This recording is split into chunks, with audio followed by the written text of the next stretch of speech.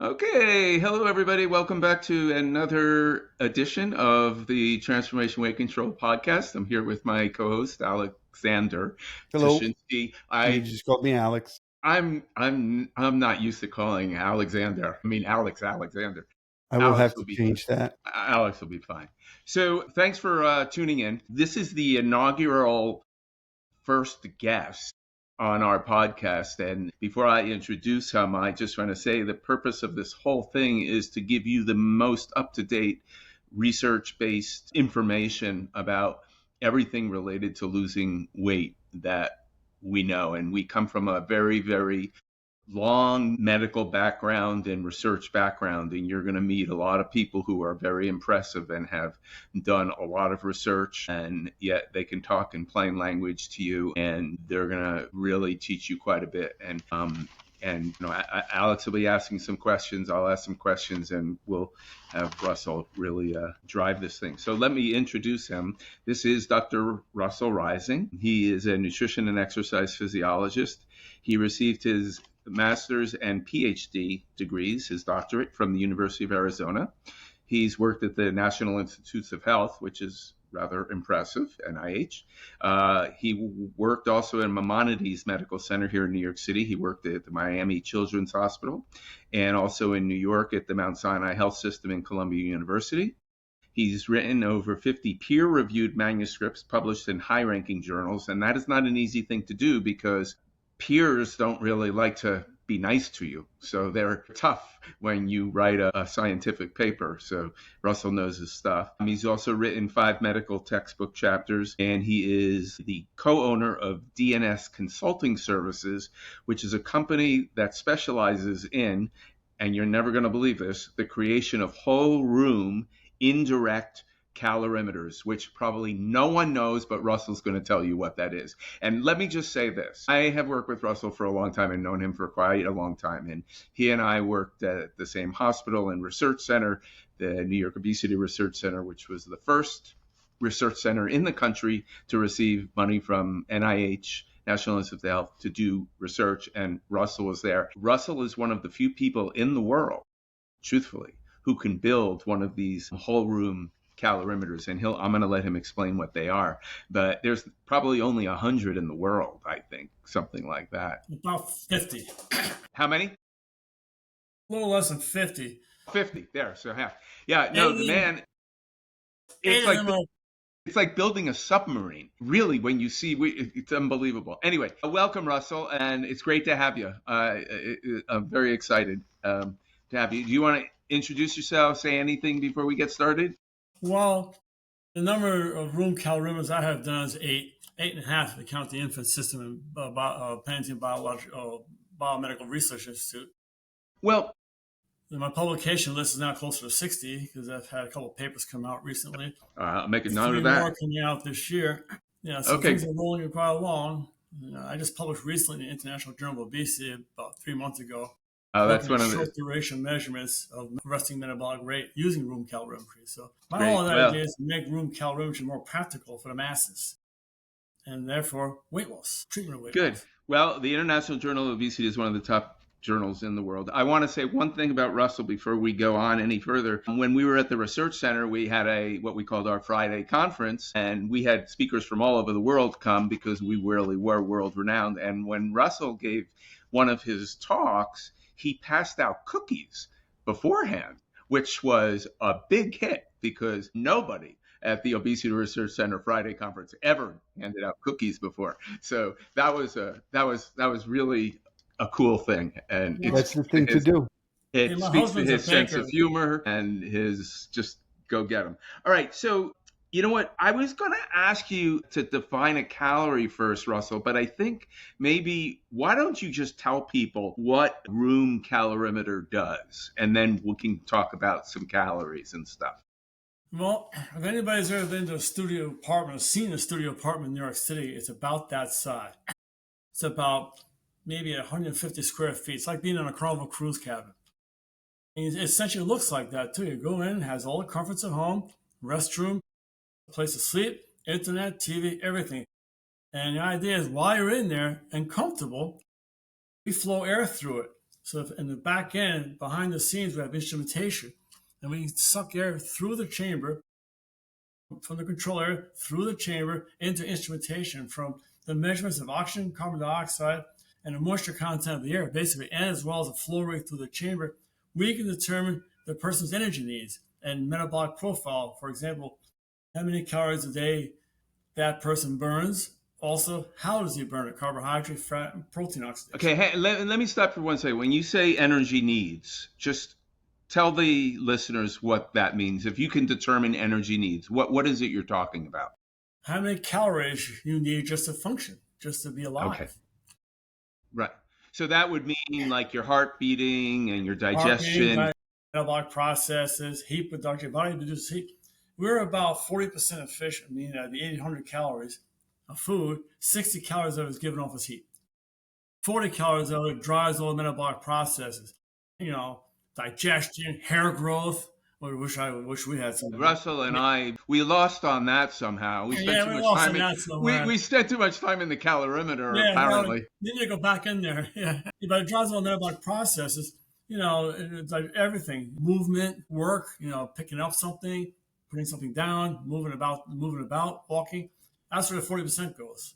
Okay, so essentially what you're saying is there's this room, and I've seen it many hundreds of times. It looks like a submarine from the outside. It's like a stainless steel almost, and you shut the door and you really seal it tight. That's because that was actually the original infrastructure that was built 30 years ago, and that's how they did it. So when I rebuilt it in 2010, I kept most of it due to cost reasons, and we remodeled as best we could within the budget I had to make it comfortable for subjects. If you look at my other labs I've done around the world, they're more like a 5-star hotel. I mean, the doors are normal, and the inside looks normal. You have a view to the outside. Yeah. Very comfortable. Yeah. It looks as like my first one I've done. Back in 2010, Dr. Pincier got a piece of that tarp thing that Obama had, where it bailed out all.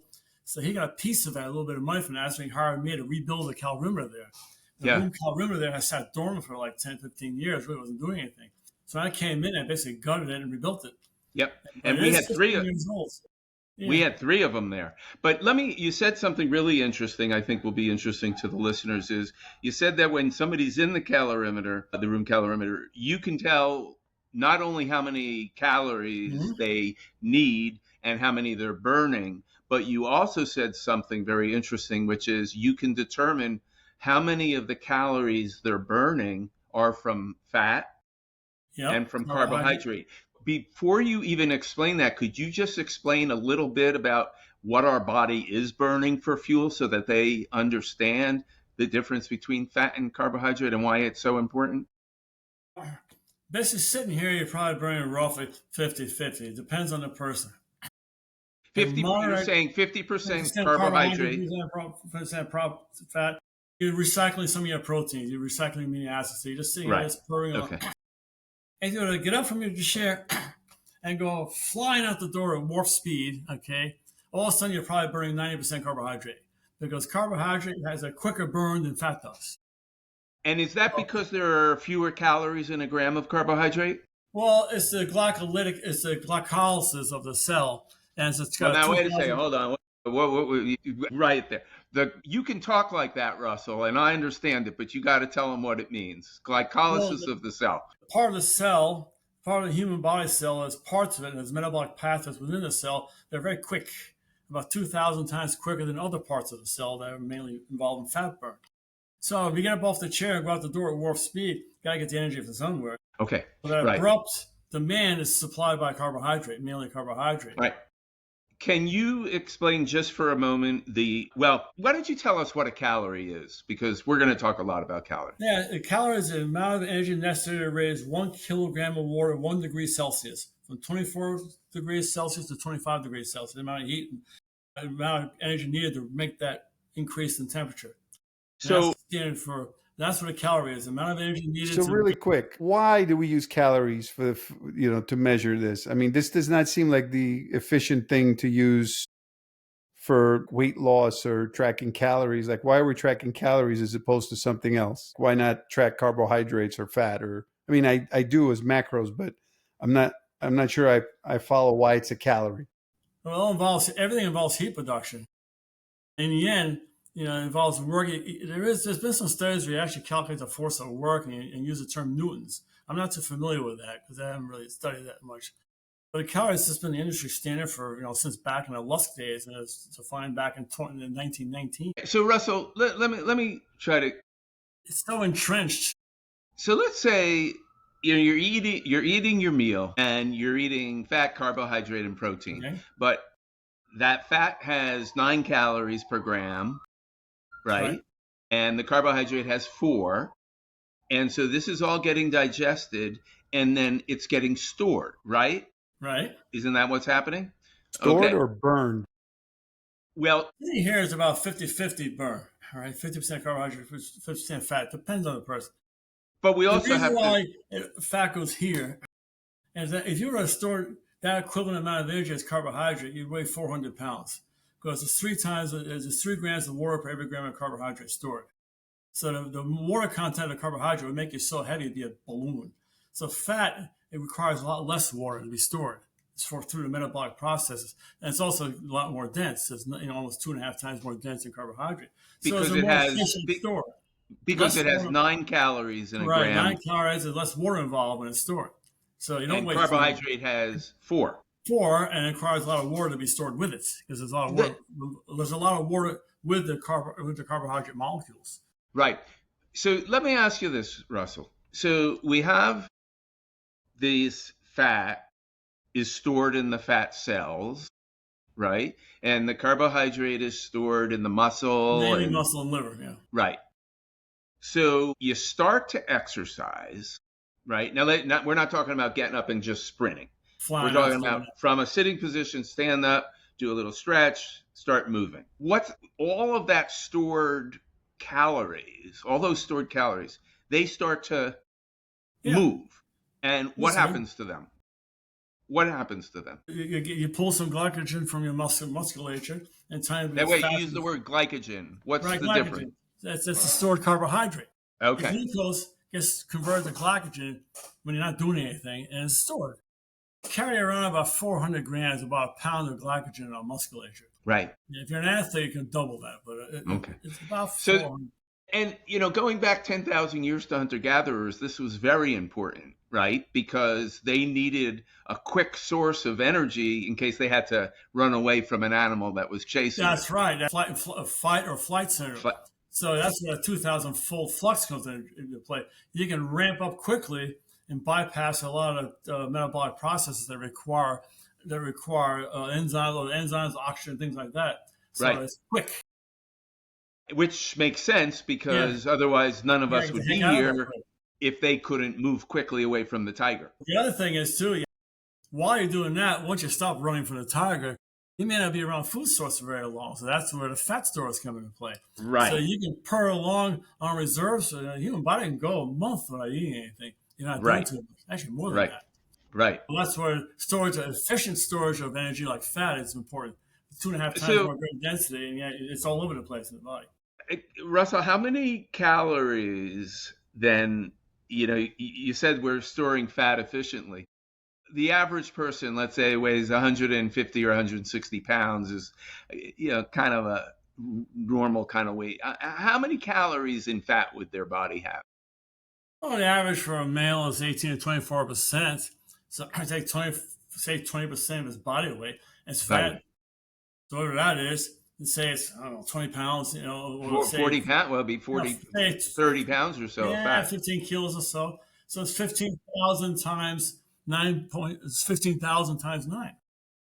So we're talking like it could be even close to 100,000 calories of fat stored in our body. Yeah. That's why you say we could live a month. You can go a month. Yeah. Okay. And when you lose weight, you're burning both the fat and the carbohydrate, right? But you're decreasing the amount of fat and some You got to force when you start initial weight loss. If it's gradual enough, it should be a little bit of fat and carbohydrate together. But what people do is they overdo it too fast.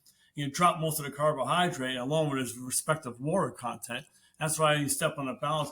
You weigh, say, 200 pounds one day, and next week it's down to like 190. One even 185 with all these fat diets and everything else. What you lose is mainly water weight and a tiny bit of carbohydrate. Not Water much weight, fat, right. not much Our fat. body is really sensitive to that, to like sodium and even Yeah, carbohydrate, right? yeah, We can you in drop it our too quick. program, we have patients weigh frequently, and they will keep records for me, and I'll keep records for them. I download it, and we can see that their weight can fluctuate 2 to 4 pounds from day to day, and that's not real weight, right? It's That's water more shifting. fluid. Yeah, What's that? water shifting, Yeah, fluid. water shift. Exactly. Body So water pool shifting. If it's a hot day one day, they're going to weigh less versus a cool day next day. They're in air conditioning most of the day versus being outside. They right. always go up and down. That's why you got to track it over a month, and the trend should be downward. A couple You know, pounds a week, maybe. right. Russell, I'm so on board with you on this, because to explain to people that, they look from day to day for their weight, and it's setting yourself up for like failure almost, because you need to take a little bit longer view. Yes, right. To get the truer picture of what's going on, because if there's this random fluctuation from day to day, we don't know what the real weight is. Well, I was at a meeting in Orlando. I was at a meeting in Baltimore, and there was a weight loss clinic person there, and she was saying they took the scales out of the clinic. So when they come in for whatever they're doing, counseling, that session, yoga class, whatever it is, there's no balances around. So they only weigh them like once a month. See, yeah. They keep the scale out of the picture altogether because of that problem. They see it going up and down like this, and they get all nervous because they don't realize you have to go long. I always say weight loss doesn't take a vacation; it's a lifelong commitment. Yeah. So if you have a problem like in my family, or I have fat mom, fat dad, it's a constant battle. The only thing I would be concerned about if you did it once a month is, for some people, their whole life is going to revolve around that one weight once a month. That's you can maybe make it once a week even, but not every day. Once a week the same way. Yeah. Well, I'll tell you what I do sometimes. If I get 7 days worth of weight, I may take the average for the week. Or I might even take the lowest weight, and knowing that that's probably closer to the truth than the heaviest weight. What do you think about that? I think the average is better because you got to get rid of the day-to-day fluctuation. I usually use the average. You get like a bunch of flat lines like this as they head downward. But if you look at 6 months, you'll see the flat lines head downward. I think you're just hitting on a really important point here that people need to understand about that scale, because it does have a lot of power, right? It can define us in some way. And so, we like to think of our people as scientists when they look at those numbers and understand the fluctuations, and that it can almost be like a random number generator, that scale. Yeah, it's also the person's lifestyle that you're working with. And if there's an abrupt change in lifestyle, you're going to see a change in weight. Mm-hmm. If they're pushing a deadline and start drinking a lot of coffee because they're pushing a deadline, you might see a drop in weight because coffee is a diuretic. All of a sudden, you step on a balance the next day and they're 3 pounds lighter or 4 pounds lighter. All right. Then they hand in their paper or their grant, whatever it is, and you'll find out 2 days later, back up to 5-6 pounds more again because they stopped drinking all the coffee. Right. All right. So that's what you got to tease out of the whole process. Yeah. All right. So now let's turn it to losing weight a little bit. Explain for the listeners what resting metabolic rate is, because that's our baseline. That's where we're starting from. So explain that. Okay, there's 2 ways to describe it. And in old days, they call it basal metabolic rate, which means basically sitting on your butt for 24 hours doing nothing. Right. In a fasted state. That's like a car engine idling. The body's idling.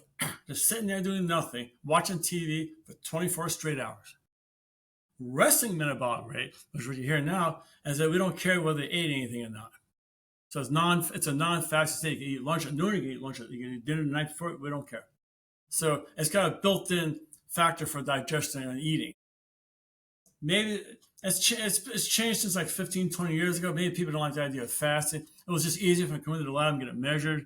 But that's the 2 ways that's described. All right. So Russell, so I'm sitting here right now. You're sitting there. Alex is sitting there. And we all have a resting metabolic rate. Everybody does. It's probably variation between each. What would an average person's resting metabolic rate look like? And again, knowing that resting metabolic rate is what it takes you to kind of live and breathe and get you Well, for keep. you and I, Richard, you and I are about the same size, give or take a couple pounds.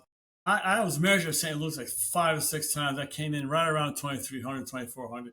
But I was a fanatic of fasting the night before and all that. Okay, but wait, when you say 23 to 2400, that means you are burning 23 to 2400 And calories calories idling.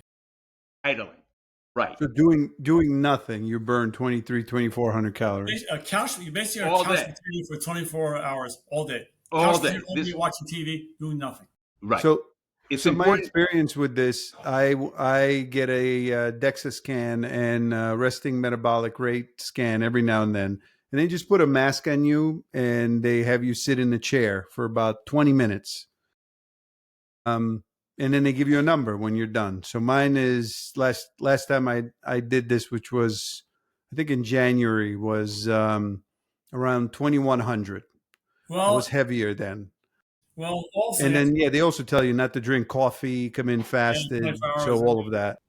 But his protocol, Russell, was not like ours. He comes the in. problem what he did is that they make an emphasis on a 20-minute measure. Now, you're a young man, okay? You probably don't mind the mask being on your face as much as other folks would. Secondly, you read my publications on the topic. Metabolic carts are inherently inaccurate. They could be off by 10%. Usually, Wait. You called it a metabolic cart. What does that mean? Well, the mask is connected to something.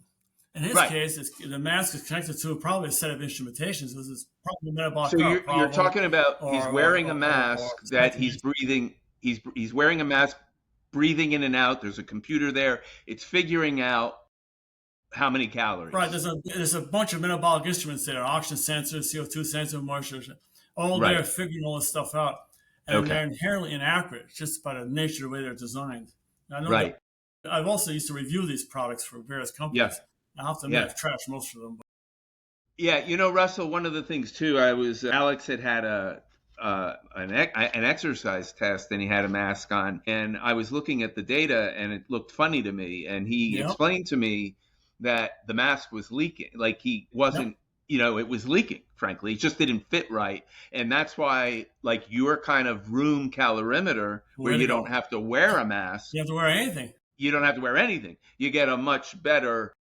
I mean, Russell and I were doing an experiment once, and I had people in the calorimeter, and they were jumping on a trampoline, on the trampoline, and then we would have them walk on the treadmill to see which device burned more calories, and that was the objective. You also got to remember, if you're doing an exercise test, same thing. It's connected to a metabolic cart. Exactly. And they're even worse because the problem with instrumentation like that is everything is expressed on a dry basis, meaning standard temperature, pressure dry, so you correct for the moisture content of the air or the moisture content of your breath. Now, the problem is the chamber is the newest technology, and we can correct for that. The instrumentation corrects for that without any dryers, refrigeration units, nothing.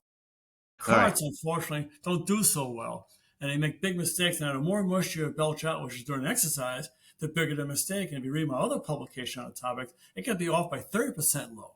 So you say you're burning 200 calories exercise, and the real number might be 300, because the carts do a terrible job of correcting for moisture, and your breath is nearly 100% saturated, so it makes the problem even worse. Right. So now, what I got out of that is that I shouldn't rely on that resting metabolic rate test that I did. It's not terrific. You should. So what's the alternative? Like I need to know, because I've lost 40 pounds recently, and I need to know what my current metabolic rate is. Are you in New York? Are you in New York City? No, he lives, God knows, in Nevada somewhere. Vegas. Well, if you ever visit New York, come see us at St. Luke's. And we'll put you in the calorimeter. Yeah. So, there is a chamber out there. I don't think it can be used commercially, but there's one at the NIH out there in Phoenix, and there's also one at UCLA. Right. That's true. Right. You can always look them up and see if they have I don't think they have a commercial license like we have at St. Luke's, but maybe you can do it. So, Russell, now, given that we don't have room calorimeters everywhere, and I'm sitting at home now listening, and you're describing basal metabolic rate, resting metabolic rate, how am I supposed to calculate or estimate what my calorie needs are at home? What do I do? Very good question. Is there an equation? What I would do is a more recent prediction equations. So say a little more. The equation is pretty good. It's within a few percent of a real number, and we tested it at St. Luke's, and I did my study in 2015. So you can just look up the Mifflin equation and plug in your Okay, weight wait, and your age. say it slower. Spell it for people I think because it's they're not going to know what you said. Mifflin. Right, Mifflin, Mifflin equation. right. And it's actually a Mifflin de jour. Saint Jour, right. So if you look it up online, you don't even have to actually see the equation. You just type in Mifflin, and it's like a calculator thing. You just put your weight in, and your Weight, height, height, and age. and spits out an age. I mean, it spits out a value, and it's And pretty good. Yes, yeah, I mean, so when they do that, it will spit out what their resting energy right. expenditure Yeah, roughly is. it's So, pretty good. all right, right. So now let's say we know my resting energy expenditure is 1,700 calories a day, right? So just so you Right. guys know, calculator.net has a BMR calculator Yes. which is using that formula. The Mifflin. The Mifflin Yeah. is very good. There's a couple of them out there that are more recent that are done in the last 6, 7 years. They've been tested. The only thing is they test them against a metabolic carb, but we tested it against a chamber when I wrote my paper in 2015. We found it to be pretty good. Yeah, I'll tell you, Russell, there were times where people in our program, we would do their Mifflin and then we would send them downstairs. And there was one time where it came within 1 calorie. Yeah, I mean, it was good. incredible. And if it was 100-calorie difference, that was okay because, when you think about, because how many calories are in a pound, Russell? Was it 4,500 calories and a pound of fat, something like that? I forget what it is, yeah. Well, we use 3,500 calories, but 3,600. if you're talking about 100-calorie difference, it's not really a whole hell of a lot compared to 3,500 calories in a pound. So yeah, we're good. Not a terrible mistake. If you're within 5% of the real number, it's not bad. Okay. So now I know my resting energy expenditure. Right. So it should be around are you guys saying that this is more accurate than the resting metabolic rate test that I had with the mask? Probably. Okay. Yeah. And the protocol they use is really 20 minutes is a joke. It would never pass. Yeah. I mean, they charge a heap of money for this. This test Alex, is like over $100. Alex, you know what? Consider it a donation. Yeah, you have to go there. You have to lie down quietly for half an hour before anything happens. Right. And then, because you came in position, that's a joke too. It's not even sitting protocol. is ridiculous. Yeah, and it's hot in Nevada. You're in the desert, so you came in the morning and you're sweating and until your body calms down. So that's protocol.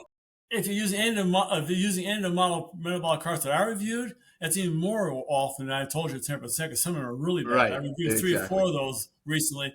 And if the one I'm thinking of is what you use, you should just come pay us a visit. All right. So now, Russell, now I know my resting energy expenditure, right? And then I'm my next thought is, how do I lose weight? All right. Well, before we get to that, what's the next step after knowing what the resting energy expenditure is? Because now I did my Mifflin online. It calculated it. I'm 1,700. 2,000, 2,100. Well, you're the same age as me, so you're probably right around 20. Well, okay. But whatever it is, what do I do with that information now that I have? You should multiply by 1.2 because you want to get an estimate of your sedentary energy expenditure, which is going to the office. Right. Now you're going to... So like I plugged my data in and I got BMR of 1810, sedentary 2172. All right. And then exercise 1 to 3 times per week, 2489. That's actually, I don't know how tall you are or what your weight is, but 5'11". Okay. But what's important here for people to understand is that, so we have a resting rate, right? Which is about and then we have so let's say it's 2,200. That's in one day. Then you add the movement during the day, just your general movement, which adds a few extra 100 calories. And then let's say you work out and you burn 500 calories. So now suddenly the 24-hour energy expenditure is much higher. Let's say it's even 2,800, right? Yeah, you want to work it out so you're maybe maxing out about 10%. Your exercise should be about 10% of. You should add about 10% caloric load to your daily energy expenditure. So you don't want to go much more than that. Otherwise, you may not want to exercise at all. You want to go slow. So just kick it up 5%. So whatever the number is, take 5% of that, and that's how many calories you should burn exercising, at least initially. You and I can do a lot more than that. Well, how would you know how many calories you're burning during exercise? So that's a good question, because according to my Apple Watch, according to the fitness trackers that I wear, I run a 10K in about an hour and 5 minutes. So it tells me you burned 1,100 calories, 1,200 calories doing I can this. say that's your first mistake. And there's no way, because after I plug all my numbers in, I would be very negative for the day. So I should disappear technically. So I don't believe that I'm burning the calories that it says I'm burning. Well, if you go to my website, there's a video that we did at St. Luke's back in, I think it was 2018, where the producers of Good Morning America came in. They're a 3-part series in my lab there. And one of the things they did was test some of those fitness trackers, the Apple Watch, and it was Fitbit, and there was one other one. They were anywhere between 200 and 600 calories off high against the chamber. They are the worst. You And know, if you look at the article on my So even slide, something like a chest strap, like I wear a chest strap for heart a rate. little better. We also pay about $2,000 for it. They're paying for a little better. but you know, when you're trying to estimate energy expenditure, how many calories you're burning during exercise, there's so many variables. Like, you know, if you're an efficient runner, or you're inefficient, or if you drag your feet, or if you swing your arms wildly, that all is going to make a difference. So it's really hard. Well, you can use something called a net equivalent of task, and use a formula for that. And I went online, and you see all these wonderful things. You get a rough idea what each activity is, what the met equivalent associated with activity is. Like a zillion. There's a whole thing listed here. And you can use that to calculate your energy of exercise. It's not great, but it's reasonable. Now, where would they find this? Because when you start to talk about METs, you just type met equivalents in Google, and it pops up this fancy little website. I'll put that into the show notes. Yeah. Okay. Because people never understand what a MET is. So yeah, if it's done online, that's great. Okay, so now. So you can use that to calculate your energy exercise. And it has a bunch of activities in here. Some of the ones I've measured, I've actually measured some of these, and sometimes it's off by 200 or 300 calories. Sometimes it's close. I can tell you, the dancing one I did at Columbia, where I did an aerobic dance for 40 minutes, the met equivalent is almost 300 calories. It was actually 10 calories a minute. Right. See, there's errors there too, but at least it's something you can use. It's something, right? I mean, the leader in this was a researcher named Barb Ainsworth, and she created the original. And when I would do presentations, she had every activity you could imagine, like building fire, just every activity you could possibly think of. So it was good. It's all right, probably now maybe 50 of them here, yeah. Right. All right. So now let's bring it back to losing weight again. So now we know a resting rate, some daily activity, and exercise. And we can't estimate accurately, but we can make a rough estimate. Close. You come close. Being at home, you can come close. Using the net equivalents and using a Mifflin equation, plus 1.2. It's not terrible. It's better than what Alex did, I can tell you by far. Okay. Exercise should not be more than about 10% of your total calories, maximum. You know, Russell, I tell him he's wrong all the time. He never listens to me. I'm glad he's listening to you. So, Russell, listen. Here's the thing now. So let's say we figured out that the 24-hour energy expenditure is 2,800 calories. Let's just call it. Or make it 3,000 to make the math easy. Easy, yeah. Okay.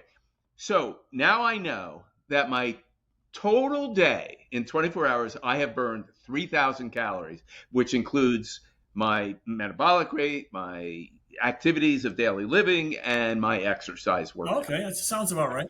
Okay, so with that 3,000 calories, what do I do now about losing weight? What calculation do I do now? You have to calculate the caloric content of food you're consuming. So are you saying that it's calories in, calories out? Yeah, it's gonna be less in than going. There's gonna be less going in versus less what's going out. Okay, but I want you to speak for another minute about that, about calories in, calories out. Just go through it for a minute so people understand. Oh, it's too bad I don't have my slides here. Is there a way to show the slides? I have a way of showing your slides. Yeah, which slide? The tool on energy balance would be a perfect solution, the perfect answer to that question. Because one shows the energy Do you we're know the in slide balance, number? and it's like the third or fourth one, and fifth one maybe. Slide. All right. Well, here, let me share it, and you tell me if. 1, 2, 3 slides, 7 and 8. Okay. Let's keep going. Advance it one if you can. Right there. See, no, back up one. Go back one. Go back. There we go.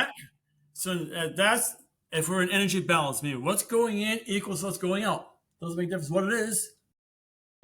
What's going in equals what's going out, and we purr along fine. The secret here is that sometimes a lot of, I don't know, not yours, Richard, but a lot of these things you see on TV and anything else for weight loss, they think one size fits all, which is not true in weight loss. Exactly. Look at the bottom of my slide. Each of us is unique, which is so true. Rich and I are roughly the same size, but his metabolic profile is different than mine. So when you're doing, if we're both obese, you have to treat us as individuals. So Russell, people at home who are listening, doing their laundry or whatever they're doing, they don't see this slide. So can you just, in the simplest way, as if they're 6 years old, just explain what you mean by the intake versus the expenditure? Just the calories in, calories out. The amount of calories one consumes throughout the whole entire 24 hours equals the amount of calories for a 24-hour period. So if they're equal, what goes in equals what goes out, basically. They stay the same weight. You will not lose weight. Okay. Whatever weight you're at, you'll be safe. Now you want to lose weight. So you want to put in about 95% going in versus 100% going out. You want to make about 5% difference, with a deficit being going in. So we want a 5% deficit in calories going in to start. And if you can more or less hold that for a long period of time, you'll lose, a couple of pounds a week. So you're talking about now somebody who's burning 3,000 calories a day, but consuming 2,700.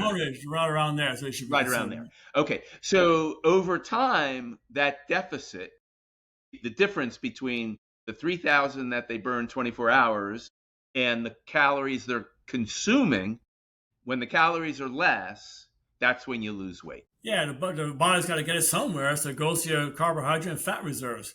So is there a formula for figuring out what that deficit should be? So assuming I'm, 2,200 calories a day, right? That's my sedentary calculation there. How many calories should I shave off? Well, you want to take 5% of it off. If your total caloric expenditure is 2,200 with exercise included, you want to consume about 2,100, okay, or roughly around that. And the way to figure that out is just go online with the diet that you have, and you can just plug in the foods that you're consuming and the portion size, and it'll tell you what the caloric content is. Right. It's not perfect, but it's pretty good. All right, but Russell, sound science, where they use bomb calorimetry to measure all the different ingredients. Some of it isn't. Well, good. I'm glad you brought it up. That's where we're going to go next, because tell us. I like this slide too with the cookies. Yeah. My husband's a baker, and I got that problem all the time, I'll tell you. For people for people who can't see this, what it shows, it's like a teeter-totter. It's a seesaw. And there's a lot of cookies on one end and a lot less energy burned on the other. So it's tilted where the cookies are on the ground with the teeter-totter. And that means you're not going to lose any weight. You'll gain weight. Yeah, you're going to gain weight. All right, so you get a lot of those formulas, a lot of those things online are based on what you call physiological fuel values. So basically, they assign 9 calories per gram for fat and the carbohydrate and protein at 4 kilocalories per gram. And they use that to calculate, they just weigh the food and determine the amount of each of those ingredients, and they come up with a number. So it's not terrible, but it's not horrible. It's all right. So if somebody at home wants to go on, that's how those labels are created. So interesting. So they literally just count fat and carbs and total them up, and that's how they do it. Okay. Some of them use bomb calorimetry, like General Mills and really large firms will do some analysis, but not all. Okay, but now you're using this really big word, bomb calorimeter.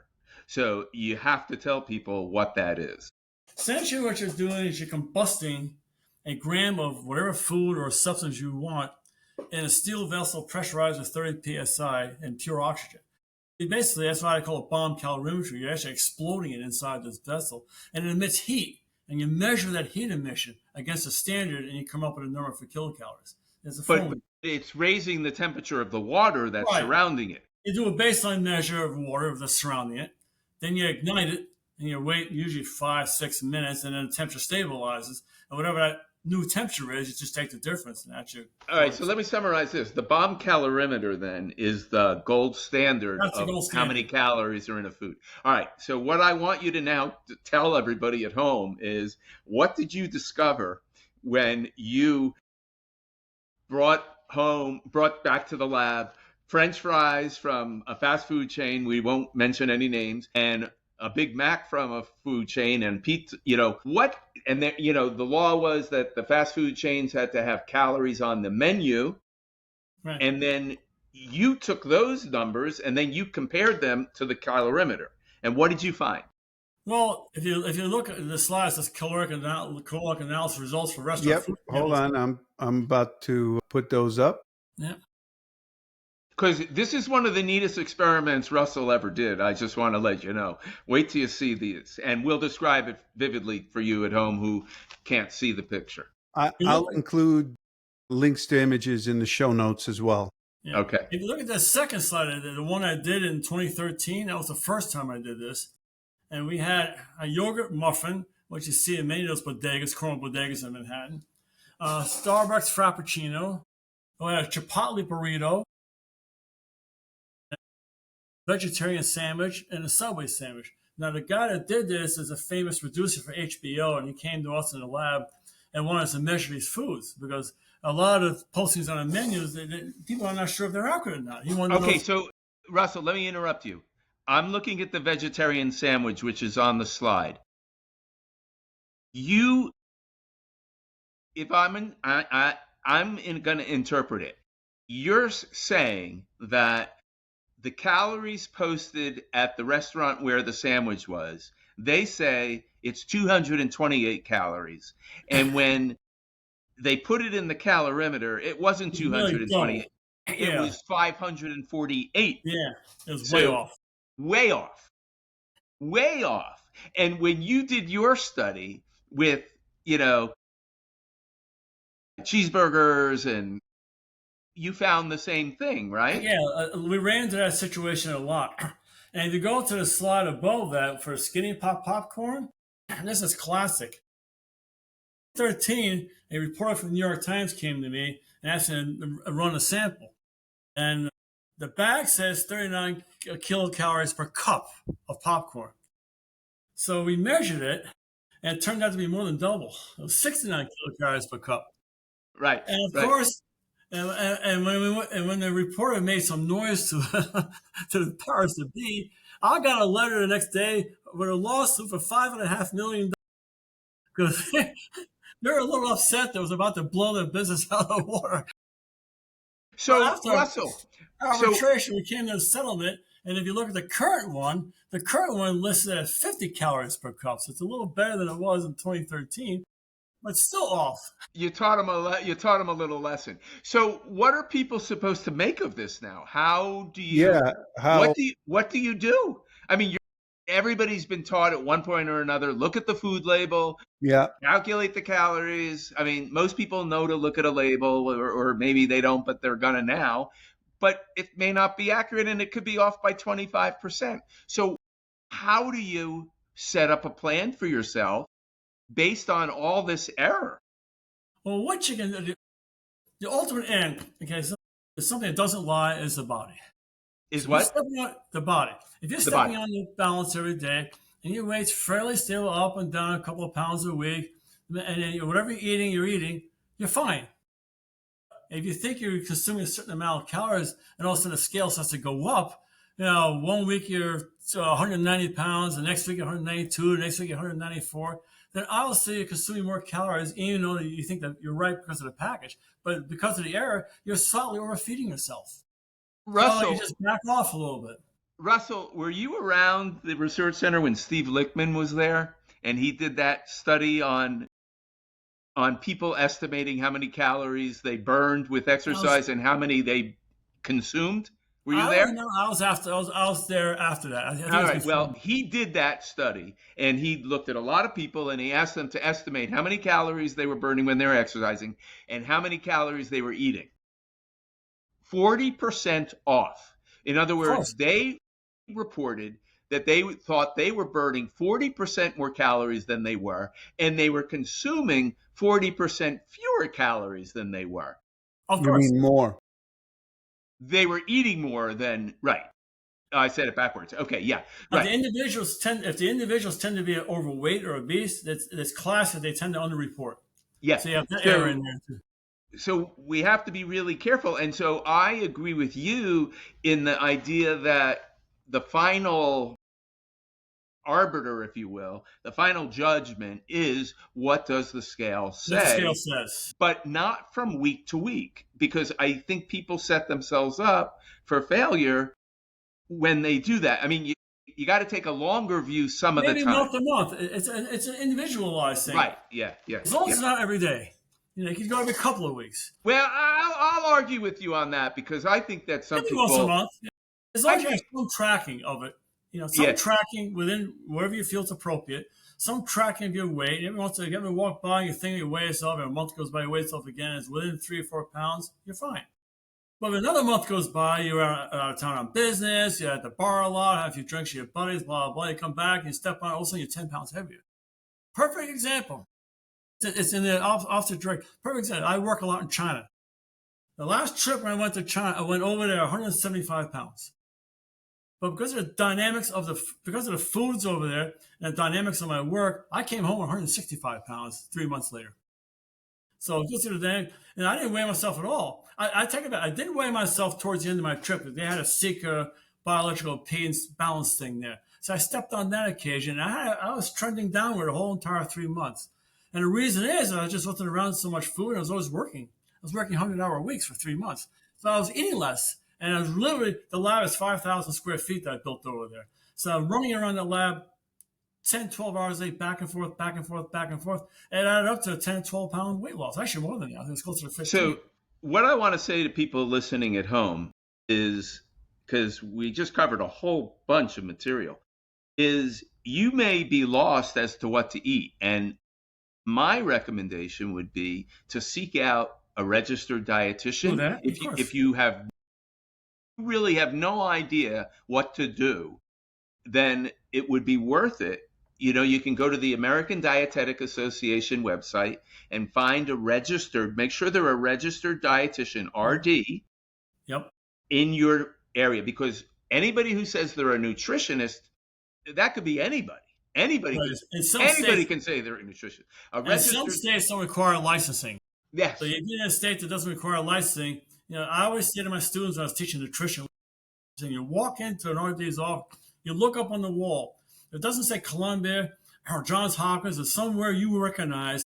Turn around and walk out. Right. It's probably not worth it. No. Recognize it's up on the wall, you're fine. Yeah, because a registered dietitian is somebody who went to school, maybe even graduate school, and then they spent a year in a hospital learning how to take care of all health problems with food, like kidney disease and everything. Those are very well-trained people. Anybody else could call themselves a nutritionist and have never taken a nutrition course in their life. In some states, that's legal. Yeah, and some states it's illegal. That's New York's not one of them, but I know in some of the West states it's legal. It's right. Okay. If you walk in, you don't see something on the wall you recognize, you turn around and walk out. All right. So let me switch gears for a moment I have a couple of myths here, MYTH, myths, and I wanted you to comment on them. First of all, so Alex wasn't familiar with this, but I'm 100 times older than Alex, although we've known each other since Abraham Lincoln was president. But even still, I know the feeling. Yeah, right. So I'm still much older than the guy. But it used Not to be much. It used to be that there was a rule that people lived by, which was it takes 20 minutes of exercise before you start to burn fat. And I was once at a gym, and I wasn't trying to be a smartass or anything. I just wanted to know. So I walked up to 5 different trainers, and I said, Yep, if I've I done get this. on the treadmill, how long is it going to take me until my body starts burning fat? And every one of them said the same thing, 20 minutes. So would you please clarify that? That's all bogus. If you get on the treadmill and set it at a low speed, you're burning a mixture. Exactly. And as you said earlier, right as we're sitting here, we're burning 50% carbohydrate, 50% fat. Everybody's different. But if you ramp that treadmill up to full blast, then you're going to have a heavy carbohydrate burn for a little while so the body equalizes again. Even marathoners running, I've tested them in the chamber, marathoners running 6 minutes a mile still have a fat burn. That's why. They what? They still have a fat burn. Yeah, right. It's unbelievable. Being fed for fat. It's unbelievable. I mean, then they're running out of gas in 4 miles. I tell people, I say, stand next to the treadmill, turn it on at 12 miles per hour if it goes that fast. Yeah. Most of them only go to 10. And then imagine, don't step on it, and then imagine that those elite marathoners are running at 12 miles per hour for 2 hours and 10 minutes. And they're still burning fat. They're still delivering enough oxygen to burn. Yeah, you have to. Otherwise, you run out. I was an elite marathoner in my day. Right. My maximum speed was 2 hours, 40 minutes. And I can tell you, my body certainly had to burn fat to support that. You had to. Yeah. And, for the marathoners out there, they may know the term hitting the wall. Yeah. So do you want to explain 20 that? miles. 20 miles. Yeah. And there's a really good reason why it's 20 miles always. Can you usually around 20, 21. With me, it's about the same. You hit the wall. Basically, you're done with your glycogen reserves. Maximum you carry about, I looked it up real recently. You can get up to about 1,200 grams of glycogen. Exactly, 12 to 1,500. That's it. You go at warp speed like that, you're burning it off in about 20 miles. So if you're running that off, then your body's trying to run on fat only or nearly all fat. And it's just not good. Yeah, you can't fool the biology. There is a reason why everybody's hitting the wall around 20 miles because that's the maximum amount of glucose and glycogen we're storing. Now, the solution to that is, number one, have some pasta the night before and maybe have something while you're running so that you don't poop out, right? They could do that. I've never seen success with that. They make drinks now, electrolyte drinks designed for that. And it can irk a few more miles per gallon, so to speak, out of the body. Yeah, but I'm not really even talking about electrolytes. I'm really talking just about carbohydrates. Yes, I have a carbohydrate that I take while I'm running. Yeah, something like that. That's going to help. Long runs. But still, you have to drink it and absorb it, and there's a lag there getting into the. So you'd be better off doing that before you hit the wall, so you can count for the lag. For sure. Yep. Exactly. So start at like mile 15 if you're going to do that, and then that way. You're infusing some sugar load to support the body's process while you're running at 6 minutes a mile. So by the time you hit the wall, hopefully you're near the finish line. All right. So here's my next question for you, Russell. You go to the gym, you get on the treadmill, and right there in front of you, it says on the panel, fat burning cardio. I've seen that too. In other words, the idea there is the fat burning one is slow. Right. It should be slower, yeah. It will be slower, but the problem is, and this has happened to me 1,000 times, people come up to me and say, Rich, I used the fat burning mode. But I'm still fat. But I didn't feel like I got a good workout. Because isn't the idea that, go slower so you could bring more oxygen in and burn more fat? But I have done the math. And when you compare them with the same person, same equal weight, you end up burning fewer calories in the workout on the fat burning mode. And you also burn less fat as a percent, even though. How's that measured? Well, with the algorithm in the equation, when they say fat burn, because. It doesn't get way off. I wouldn't. Nothing's going to, those treadmills could be way off. I agree. But that's the thing about it, that the myth, this fat burning thing, it doesn't, Yeah. People are just not getting the benefit of. You never burn totally one or the other. Right. You burn a mixture, depending on the exercise load. The heavier the exercise load, the greater the carbohydrate versus fat. So, do you have a myth, Russell, that you would like to see die forever? Do you have one that All these fat diets, the what? all these fat diets and weight loss drugs, okay, maybe they work, but you can't beat the basics. Diet and exercise.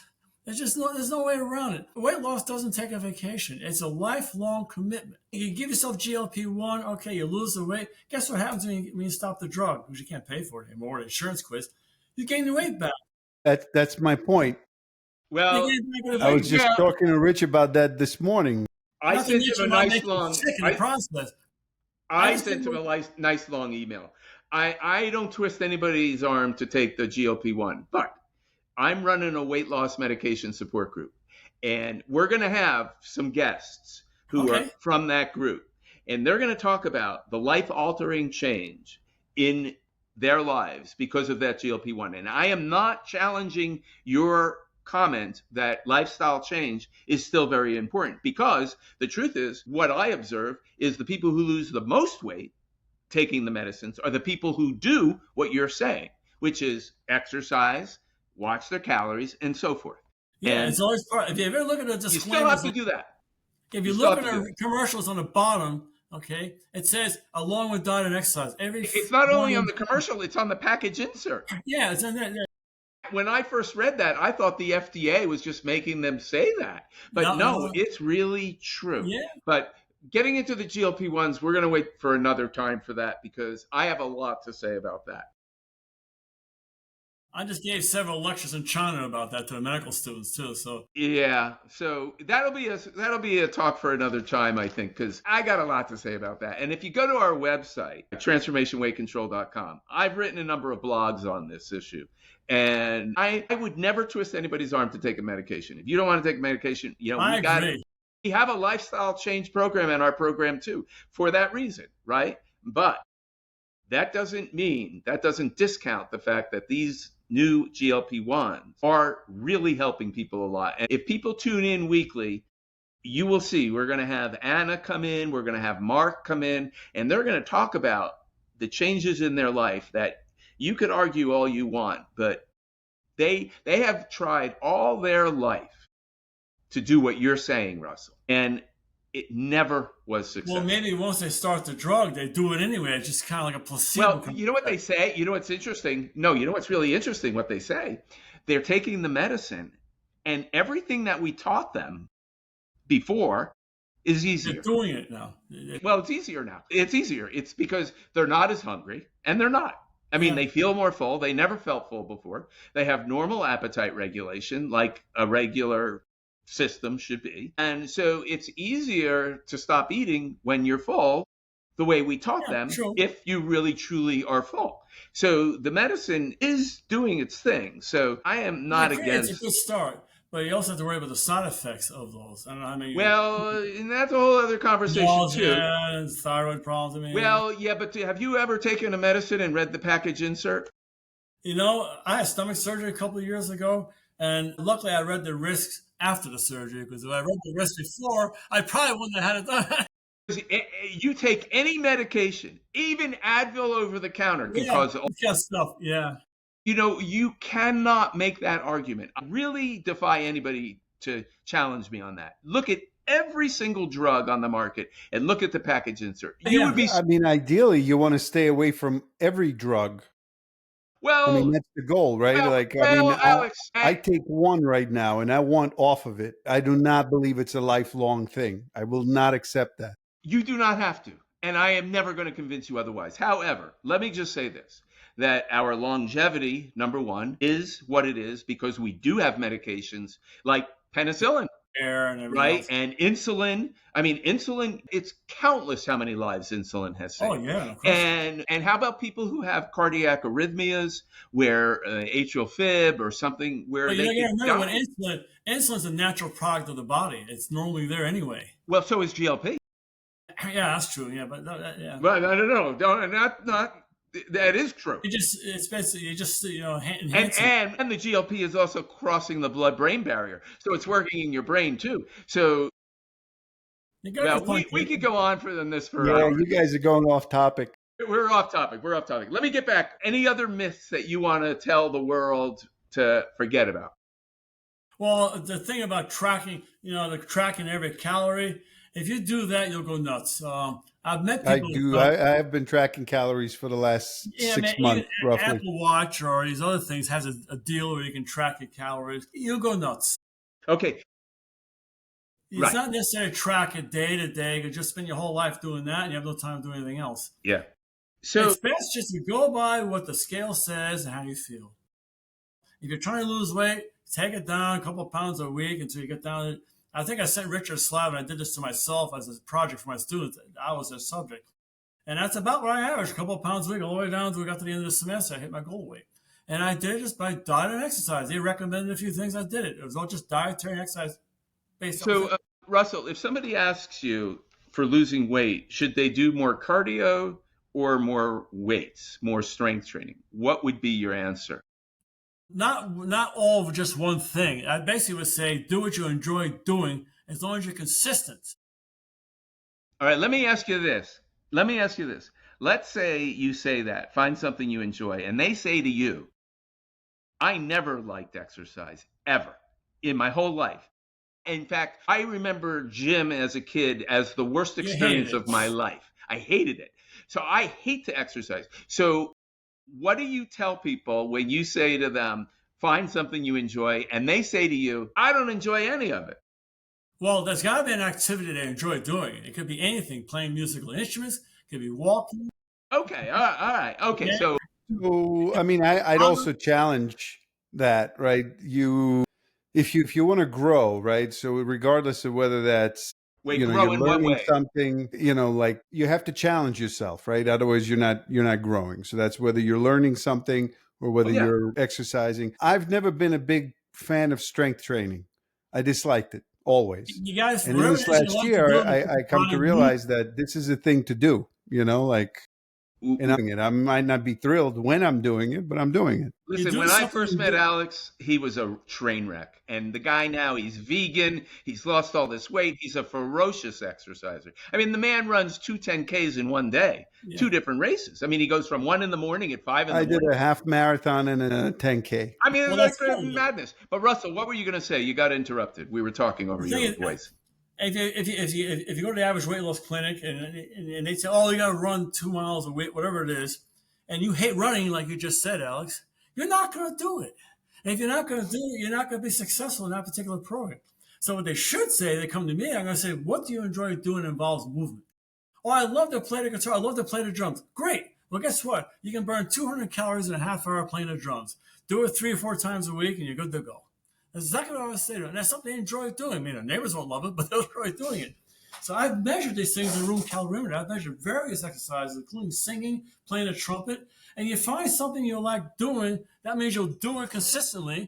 And that way you'll put a bit of a caloric load on the body. All right. So, Russell, we have to make this podcast very popular. I am now going to ask you the $1,000,000 question. Have you ever measured two people in the room calorimeter having sex? I had an inquiry from the University of Iowa to do just that. It was back in 2015. Okay.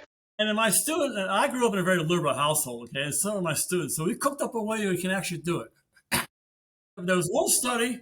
Just remember, this is a family podcast, so be careful. There was one study that was done. They used a wrist sensor on one of the partners, which is a terrible way to measure EE anyway. You know how far off they are. If you look at one of my slides, there's a slide of how far off the things really are. Right. Another study tried it where one of the partners had a mask. So for obvious reasons, a mask in one of the partners, it cuts into the foreplay and some of the other things you like to do during the sexual activity. Way to do it, I've always wanted to try it in the chamber. All right, there's 2 ways you can do it. One way you can do it is you put them both in there at once. First, what you do, you take one of the partners, you just do a regular metabolic test in the chamber, and you measure the heart rate. You Individual first. His or her heart rate to the energy expenditure. All right, so you know that person's energy expenditure based on the heart rate, and you make them ride a bike a little bit to kind of a couple hundred calories burning in a short amount of time to simulate whatever they would burn during sexual activity. Then you put them in there together and let them do their thing for a half hour, okay? And that way you have a total measure for the two of them, but you can calculate the one person based on their heart rate during that half-hour span, and you can subtract that from the other person. That way you can get a rough idea. All right, of good. So you explained how you did it, but now here's the real $1,000,000 question. How many calories does the average person burn during sexual activity? Well, one study said anywhere between 80 and 130 in a half-hour time. 80 to 130 calories. Yeah, 80 to 100. The man was the higher one of those. The woman was like 80, and the man was like 120. I'm sorry, 120 for the man. That's what in this one study, 120 for the man, and the woman was 80. That was a 30-minute session. So the next time you run into some guy who's bragging about his sexual prowess, you can say to him, "Listen, pal, you've only burned about 120 calories." Well, the thing is, if he does it 3 times a week, he'll meet the U.S. recommendations for exercise. That's true. That's true. Because it's 150 minutes, right? Yeah, exactly. If he does it 3 or 4 times a week, which most young people probably do, right, you meet the exercise requirements for good health. I'm with you. That's an activity I like to enjoy doing. That's why you have your PhD. That's awesome. That is awesome. Russell, is there anything else that you want to tell people at home? Well, I've seen Richard's program. I think it's fantastic. The thing I remember is this was back when him and I were still together at St. Louis. We do a yearly progress report. He'd do something similar. And I remember seeing all these people who were really obese, and after 12 weeks, 15 weeks in his program, they're out playing baseball in Central Park, which I thought was the neatest thing in the world. And it was all based on basics, just diet and exercise and lifestyle. Yeah, it was all lifestyle. There was no medication. Yeah, it's before all of that. And before all of that. Yeah. Listen, and a lot of it is based on support. Yeah, they're in the room together to support each other. And they had things they can call each other at home. And then when the iPhone came around, you could do things on the iPhone. And they help each other. It's a family affair. I mean, my husband and I, we try to help each other. He's trying to lose weight. I'm trying to lose a few pounds. We both 92% of the people in our lifestyle change program lost weight when we were at the hospital. Yeah, great success rate. Nobody has that kind of a success rate. Yeah, that's like fantastic. And the other thing I want to say, just to blow my horn a little, is when I was asked to design the program at the research center, the weight loss program by Dr. Pisonier, I said, we have to have groups that are really structured and what we called closed groups, meaning everybody got to really know each other really well, like you're describing. Yeah, and they got to help each other. Furthermore, if somebody left, and we didn't get a lot of people to leave, but if they left, we didn't replace them. And people said to me, if you do that, you will be out of business in 6 months. What? Can you repeat that? You froze. Oh, yeah. Oh, sorry. Okay, yeah. So when I designed it, I said, we need structure. So we're going to make the groups closed, meaning the same people for the whole 26 weeks or 52 weeks or whatever it was, the same staff. So everybody got to know each other and we created a community. And then if anybody left, and we lost very few people, but if they did leave, we didn't replace them. And the other thing is, after the program is over, they continue contacting each other. Well, we had, I'll tell you that too. But anyway, people said to me, if you do that, Rich, if you don't replace people when they leave, you will be out of business in 6 months. Well, I got news for you. I've been doing this for 44 years, and 25 years later, I'm still running that same program in the same way. Everybody was wrong, and I was right. But you are also correct that we have a follow-up program, because this is, I mean, I don't know where your thoughts are on chronic disease. I believe, like all the World Health Agencies, that having obesity is a chronic disease. It is. It's a lifelong. Oh, you do? Okay, great. Thanks. So we needed to give them chronic treatment. We have what we call our Rainbow program, where people can continue. I have one woman in the program right now. She has done, and the Rainbow sessions are 12 weeks at a time. She has done 55 of them. Yeah. 12 weeks in a row. Kept renewing. Because you need the support. I think your fees are fairly inexpensive too. So we have a psychologist, we have a registered dietitian, we have exercise physiologists. I mean, these are the best trained people you can have anywhere. And, So I will say, Now, we can only get the chamber part of that, and then let them. if we could do that, that would be great. I agree. But I invite people to check out our website and check out what we're doing. Transformationweightcontrol.com. You can even email me, rich@transformationweightcontrol.com, and you can even on the website make a free appointment with me, and I'd be happy to speak with you on The Zoom. only thing I'll add is that unlike Rich, a lot of these programs think one size fits all. We're individuals. We're very We have individual. to be treated like that. I can tell you a perfect example because my husband's dad's in a hospital with cancer. They treat him like every other cancer patient. And I won't tell the arguments I'm getting in with the doctors trying to explain to them that he's different from everybody else, from this patient, They treat him like every other patient, and it's not going so well. Yeah. You know what I say frequently to Nothing people? about physiology and nutrition, believe me. Exactly. I say to people often, it wasn't you who failed the program. It was the program that failed you because they didn't give you the proper intervention. I mean, how come I'm getting that person? Yeah. How come I'm getting 92% of our people losing weight? And by the way, the 8% of the people who didn't lose weight, they only gained like 4 or 5 pounds. And you know what they'll tell me? They were gaining 20 pounds a month before they came, and we stopped it. They're very happy, very satisfied, and then they can go on and lose. But we had to stop. You have a built-in individualized thing there because the way you set the thing up. With the support and everything else, it's kind of built in the way you design it. I mean, you can have, go to the bookstore, you can see 1,000 diet books, but most of that's bogus. Yeah. It's not helping. It's not helping. So our program, I'm not going to keep talking about my program, but we're doing the real thing. We're doing the thing that really helps people. We care. We really care. And I have made a commitment. The hospital closed our program. And I sort of retired for about 6 or 8 weeks. And then I said, I was going to the gym in the middle of the day and then eating lunch at the place across this.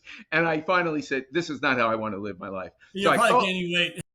I called my accountant. I said, how do I start a business? And that was it. And I launched Transformation Weight Control because, we love this, Russell. Like you love your work, like Alex loves his. I mean, we are like the ChatGPT of our expertise. Yeah, if you actually talk to a real person in this case, not some freaking computer. Exactly. Yeah. All right. Well, this is terrific. 1 hour. Yeah, I agree. I learned a thing or two. A lot of good information. Great. We should have some sort of thing where people can maybe give us their takeaways from these. In our groups when we run them, we often will ask people, okay, what'd you learn over the last 75 minutes? What was your takeaway? And so maybe maybe somehow, the best thing about this, Russell, truthfully, is that Alex running all the tech, because that's who, that's what he does. He's an IT guy. I mean, he's a programmer, he codes, he does everything. I don't have to worry about any of this tech stuff because I am a dinosaur when it comes to it. And I know when he's running it, I don't have to worry about a thing. All I have to do is we'll have a application coming out probably in the next 10 days. That's going to let people ask us questions, and then we can answer them. So I could add something in there for feedback. Yeah. I mean, having Alex do this, Russell, I cannot tell you what a relief it is. I mean, it took me 12 months to learn how to use Zoom. This guy, you call him up. He's a good friend. He logs into my computer and he fixes it in like 2 seconds. It's just amazing. His brain works different than anybody I know. It's good. It's great. You're welcome to use my slides any way, shape, any way you want to use them. You give them out people. That's fine. Okay. Great. All right. This is great. I had a great time. I'm really glad, and I think we're going to have you come back, Russell. Yeah, I was about to say we got to have you back. We're going to have you back. Scratch the surface. Yeah, we scratch the surface of things. Scratch the surface. I can talk about this stuff for days. Exactly, me too. And so I want to let people know that from our old lab, like where Russell and I worked, I have contacted all my old colleagues, and they're all going to come on. We have a woman named Dibna Gallagher. She is the world's expert on body composition, on muscle and fat, and she will know the answer to everything. We have Marie-Pierre Saint-Onge. She's the sleep expert of the world. And she's going to tell people, it always was that, you went to the conferences, you went to the sleep presentation, and I would fall asleep because all they ever talked about was how bad it was to not sleep so much. But they didn't have any solutions. She has come up with solutions. She has even written a book, How to Eat to Sleep Better. Well, she did some of my studies in my chamber at Columbia. She did some work with me at Columbia in the chamber. Yeah, we have. And St. Louis too, actually. Yeah. So we have a lot of really great things lined up, and Alex and I are really motivated to make this the best podcast on the internet. Honest, truthful, trustworthy information from experts who can explain it in a way that you can understand it. And like you said, have a mechanism to ask a question if you don't understand it. That would be the best. You can send a picture or whatever, Yeah. And because I read the boards, Reddit and Facebook. People are in the dark. People really just don't have the right information, and they're getting bad information. They got a lot of bogus stuff. There's a lot of bogus stuff out there. It makes me apoplectic sometimes when I read. For example, Sloan Kettering Memorial Hospital, one of the top cancer hospitals in the world, uses the Harris-Benedict equation to calculate caloric requirements in cancer patients. It's like the worst equation in the world. But it's like people who don't know what they're doing are running the asylum. Yeah. Yeah. No. So we are really committed to this. I mean, I believe this is the real thing. And I don't think people are going to get the kind of information. I mean, I have been doing this 44 years. About same here. You too. I do not know one clinician, and I also did research. I do not know one who has worked as long as I have in this field. I do not. And they might have worked as long like you, but you did a lot more research than clinical work than I did. Yeah, it's a little different. I've worked with tens of thousands of people in my career, and I really get it, and I really understand it, and it shows in our program. It shows in the staff I hire, and this is not easy. I've been doing this, and I've been all over the world for the last 7 or 8 years. So you have. So I've seen it in China, Asia. You have put it in the mind. All countries in Europe. Well, I want to blow your horn one more time. I mean, Russell is one of the few people in the world who can build a room calorimeter. I mean, you got to see this thing. It looks like a submarine. I mean, it is not like just that's a the box. older model. The newer ones are much nicer. It's just not a box that a carpenter built. This thing is sophisticated. So this guy, he's got it going on. He's really, and like he says, he's traveled all over the world talking about the thing. So just go to my website, dsconsultservices.com. Have a look. Yeah. So, okay, Alex, I guess that's about it for tonight. Yep. Should we wrap it up? Wrap. That's a wrap. Thanks everybody for Thank listening. You, Russell. And thanks, Russell. You can get an accurate measure of resting metabolic rate, okay? Because what you did is totally focused. Russell, it was a pleasure having you. I was so pleased when you said yes. When I asked you, I just said, oh my gosh, this is the best, because we're really getting experts here, and there's nobody who knows. 4 more folks behind me. What are you going to do, this once a week or something? We're going to start with once a week. Yeah, I've got about 14 people lined up, but we're going to repeat. We're going to have you come back. So, we're going to keep extending it, and I'm going to get a lot of people here to do that. We're going to even have some people who are in our program as to what their experience has been about their weight loss journey. And, some on medication, some not. And, like what was your life like before the medicine and after the medicine? That's important. Yeah. I mean, this is the real thing. This is not like coming and going, and and then if it's weekly, then we just have to advertise it. Well, I'll tell you, I crossed close to 2,000 people when you told me I was first on. You got the world covered, my friend. That's why I can blow my horn. I know a lot of people all over. Alex, I was saying to Alex, the guy says he's got 2,000. He's got 2,000 people he's going to contact. I was afraid you were going to give out this website. What? What'd you say?